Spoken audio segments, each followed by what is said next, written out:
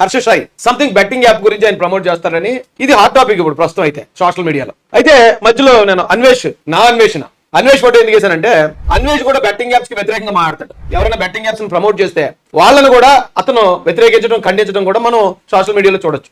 ఇక హర్ష సాయి విషయం అన్వేష్ విషయంకి వస్తే హర్ష సాయి గారి వీడియోలు చాలా తక్కువ చూశాను నేను, కానీ అన్వేష్ వీడియోలు మాత్రం చాలా ఎక్కువ చూస్తాను నేను. జనరల్ ఇంటి దగ్గర ఖాళీ కూర్చున్నప్పుడు మనం చూడాల్సిన సినిమాలు ఏముండవు, ఏమీ లేనప్పుడు మీరు అన్వేష్ వీడియోలకు కనుక వెళ్తే 30 నిమిషాలు 40 నిమిషాలు 50 నిమిషాలు ఎంతసేపు అయినా సరే బోర్ కొట్టకుండా చూడొచ్చండి.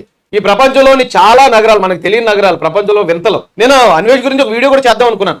అతను చేసే పని ఒక రకంగా మన దేశానికి రాష్ట్రానికి పేరు తెచ్చే పని అనిపిస్తుంది నాకు. ఒక వైజాగ్ కి చెందిన కుర్రోడు ప్రపంచ యాత్రిగా గుర్తింపు సాధించడం కాకుండా దాదాపు చాలా దేశాలు తిరిగాడు.